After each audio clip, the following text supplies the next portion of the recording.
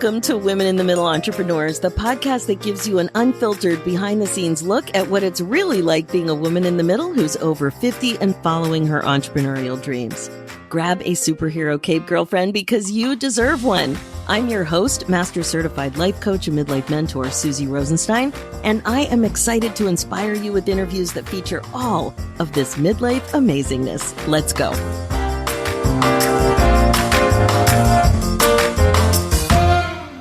Hey there, welcome back to the show. We have a really exciting interview ahead of us about resiliency with uncertainty. Today, you'll be meeting Rana Mustafa, a woman in the middle entrepreneur who helps science professionals build their personal brand, improve their leadership skills, and find their dream career path. Welcome to the show, Rana. Thanks so much for joining us today. Hi, Suzy. Thank you so much for having me. I was very excited to have you on. Your story's quite unique. I know we're going to have a great conversation about it, specifically your midlife entrepreneur story. We're going to be talking about your business, what's going really well, and also what midlife issues might be getting in your way to some degree and are challenging for you in your life as well as being a business owner. So let's kick things off with how old you are, how long you've been an entrepreneur, what your entrepreneurial journey is like. Let's talk about all that and specifically what you do. So take it away. Okay, well, thank you so much. So I'm 50, and my journey started years ago. I can say 10 years ago. I was a university professor. I teach food science courses, and I found a special recipe for chocolate from carob powder instead of cacao. And I found a way to use different additives in it. So it's really very low in sugar and fat. So it was kind of different kind of chocolate. And I had a patent, and I wanted to start my business to produce this chocolate. I didn't know we were talking about chocolate. Now I'm extra excited. Yeah. And it was so exciting. I started making some samples. I participated in a few conferences. People come to taste the chocolate, see the chocolate. You know, it's very attractive, right? Yeah. However, unfortunately, because of the war in my home country, I couldn't get investment. I couldn't continue, and I left. And then currently or recently, I started my own business as a leadership coach. And I have been doing informal coaching for years because it was part of my career path as a university professor, teaching, training, consulting, coaching. It's part of my job. However, I wanted to do it as a professional coaching. So I had my training. I am ICF, International Coaching Federation, ICF certified coach. And I started this journey to help scientists and science professionals, as you mentioned at the beginning, in their finding their dream career path. Now, did you notice in all your experience in food science that science professionals were struggling? Absolutely. I was there, and they struggle a lot. In fact, being a scientist and researcher, you have that open mindset about every information that you need to know, and you look all the time, and you go to that internet rabbit hole, and you need to search. And so time management is really not in your favor. And in fact, the science career is under a lot, like scientists are under a lot of pressure. The reason for that, they need to be good write grant proposals, get money. They need to know how to sell their story, sell their research to non-scientists. All of that is not easy. And they need to be in the labs, they need to work, and then they need to produce results, write them. They need to be up to date in their industry. Like, oh my God, so many things. You need to have them in one person.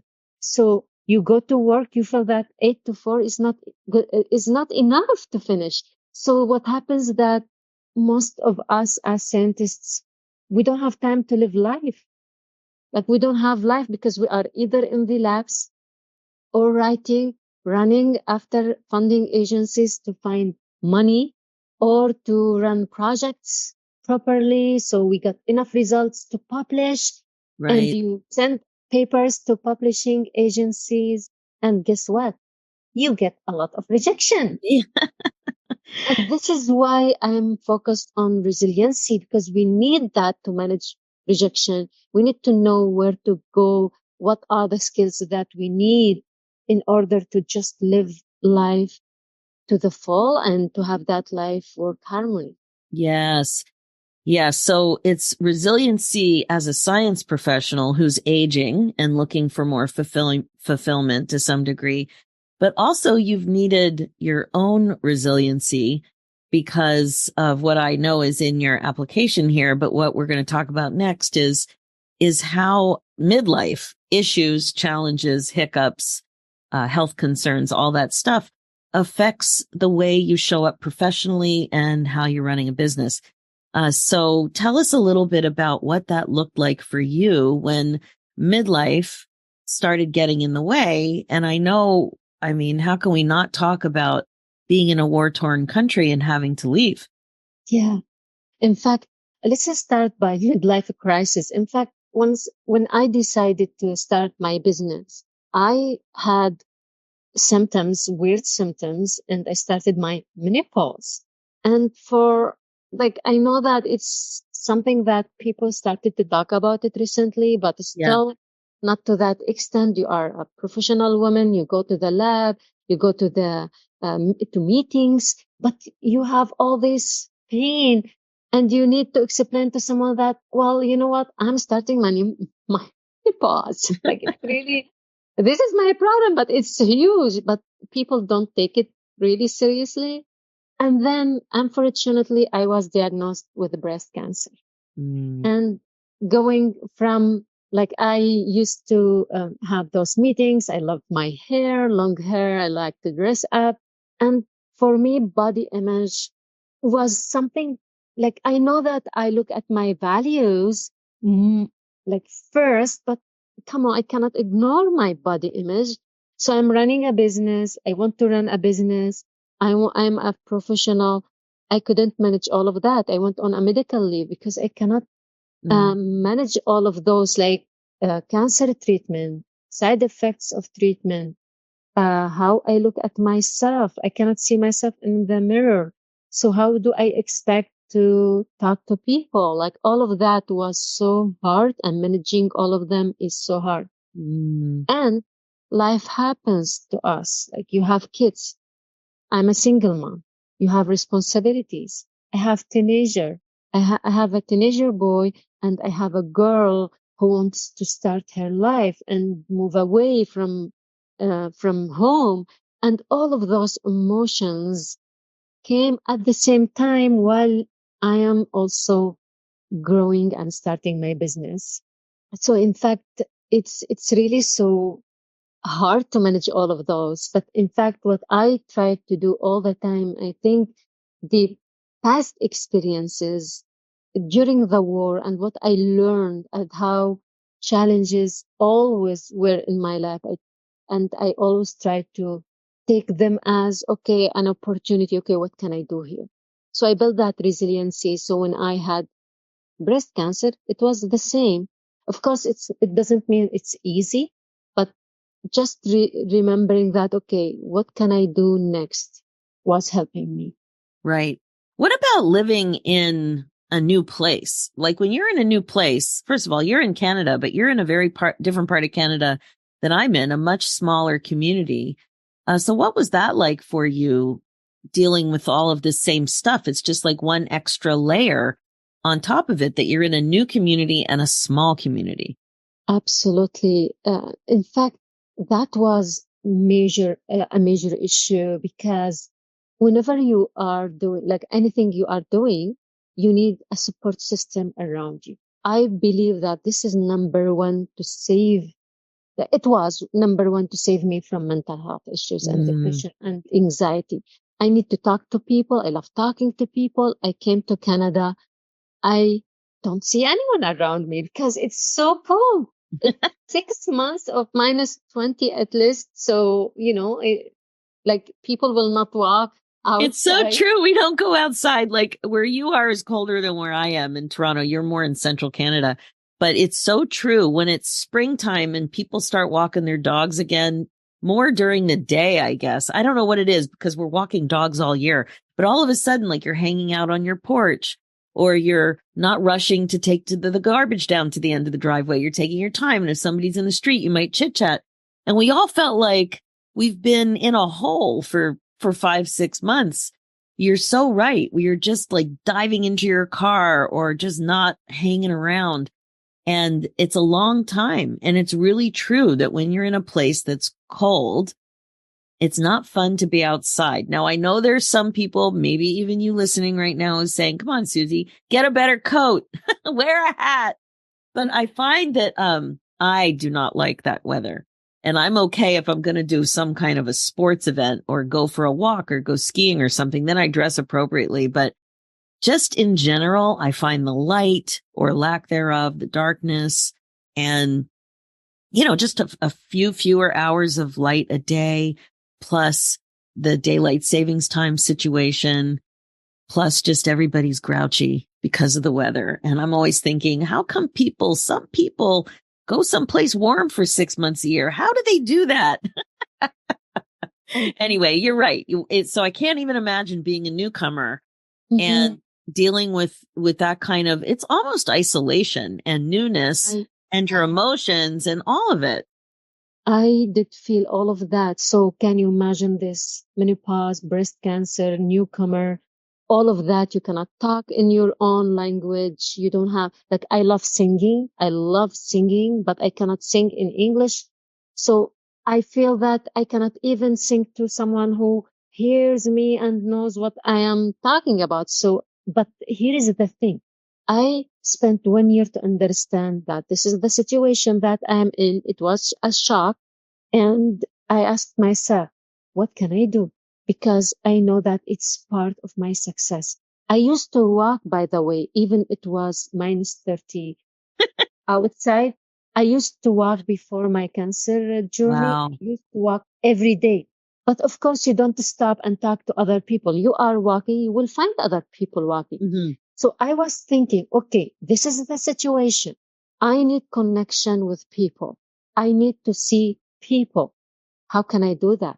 So, and this is why I started going to activities, experiencing different kind of things, going outside of my comfort zone. And it's not easy, right? Yeah. But I did it and I really felt that it helped me so much. So for example, now I am a Latin dance fan and I love Latin dance. Amazing. Absolutely. And my friends from the Latin dance community were supportive to me when they knew that I have cancer. They were the one who, like my family, we meet all the time. If I need anything, they are supportive. So I found some ways, and I think those little small things, I tried to use all of them to build that system so I can navigate these changes. Can you imagine, Rana, thinking about becoming interested in Latin dance 20 years ago? Like, would Latin Absolutely dance have not. even been on your agenda? No, absolutely not. But this is the beauty. In fact, this is a small city where I live in Saskatchewan in Canada. It's a small city and people love to help each other. So the first time I went to try Latin dance, they invited me. They said, you don't need any experience. I was courageous. I said, okay, whatever, I will try. And I loved it. No judgment. People just try to help you. And this is how I built that love for Latin dance and so many other things. Like I tried to learn and to communicate with people, build this connection through my work as well. And all of that was very helpful. That's amazing. I started tap dancing, by the way. I'm tap dancing now. Wow. Same And, thing. You're and a beginner. It's uncomfortable, all of it. And the other thing about singing, for example, I love singing and people listen to me and love what I am saying because in my language, what we say has a lot of like different meanings and etc. However, when some people just like the music, so my son plays an instrument called oud, and it's a very Middle Eastern, it's a very well-known Middle Eastern. Mm-hmm. So what happened that people here, they started inviting me and my son to play music at these little multicultural events. And I found that a wonderful way to just get to know people and communicate Oh, with them and get out of my place and meet them. that's amazing. I love that so much. So tell me, what do you really want now that you're more settled and, able to think about the future? What is it that you want? Well, I am at the end of my breast cancer treatment, and I just want to share my story, help other people who are struggling, facing life challenges. I know that during COVID, we had so many challenges. I know now that going back to work is not easy. I know that a lot of people get laid off. I know that newcomers struggle to build a community where they can rely on and find a job. Most of the newcomers come to Canada, they cannot continue working in jobs similar to what they had previously, and they give up easily. What I want to do is to help people build that resiliency skills. In fact, they are resilient. They just need to know that. In fact, I just want to continue this path in empowering people and supporting them to overcome challenges and look at challenges from different perspectives, Mm-hmm. And what because would you nothing say? is permanent. Yeah, absolutely. What would you say are some of the positive and negative parts of being our age and pursuing entrepreneurial life? So some good things and some not so good things. Yeah. So I think good things that we have built already enough experience that we need to think of, like rely on our memory, our strengths that, like if you remember what you have achieved so far, you know your strengths, how to get ahead. But at the same time, of course, life challenges like body image due to illness, discrimination due to illness. I have fear that in the future, people will look at me and say, oh, you had cancer. For insurance, for other things, there are a lot of like thoughts around it.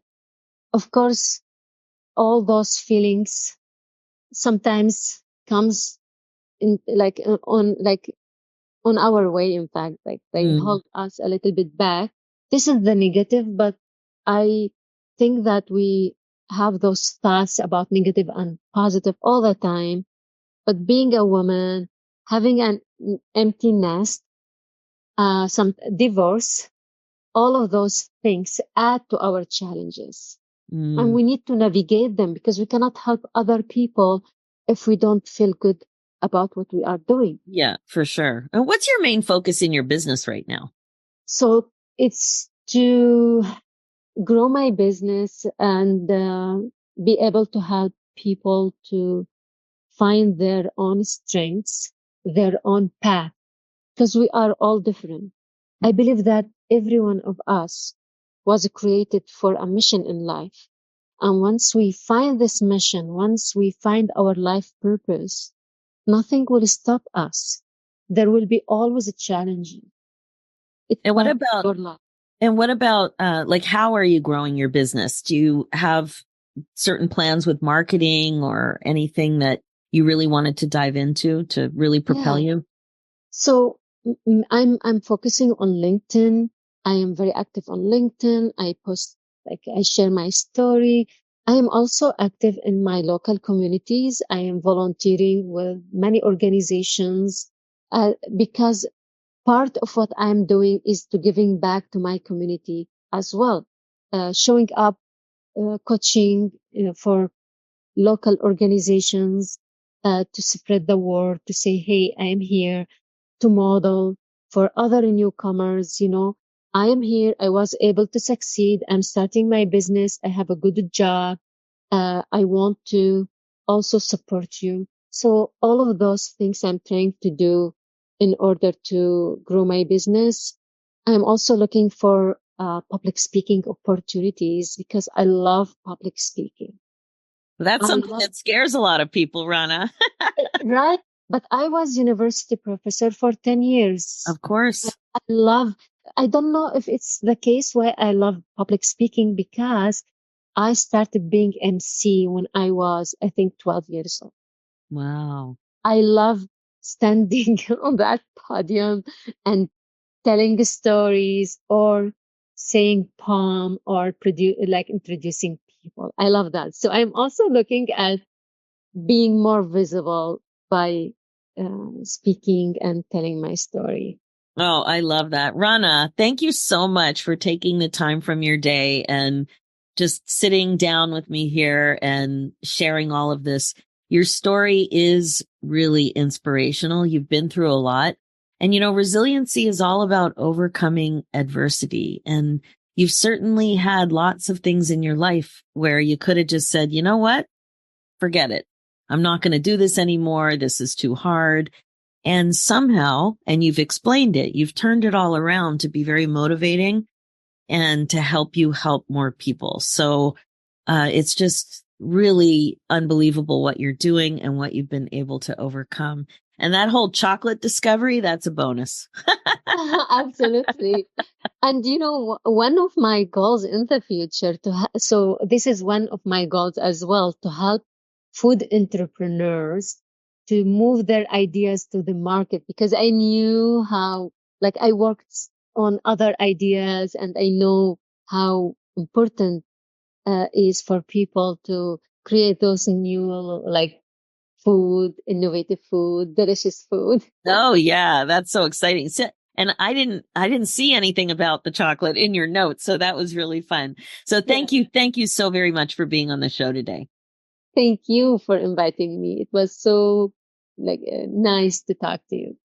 Well, thank you. So that is it for now. And if you're listening and loving what you hear, please like and subscribe. Reviews are great too and much appreciated. And if you're a woman in the middle who's 50 or over and an entrepreneur and would like to also come on the show, please go to www.midlifeinterviews.com and fill out an application. We would love to have you on to share your story as well. Thanks so much for listening. It's never too late for you to put yourself on your agenda.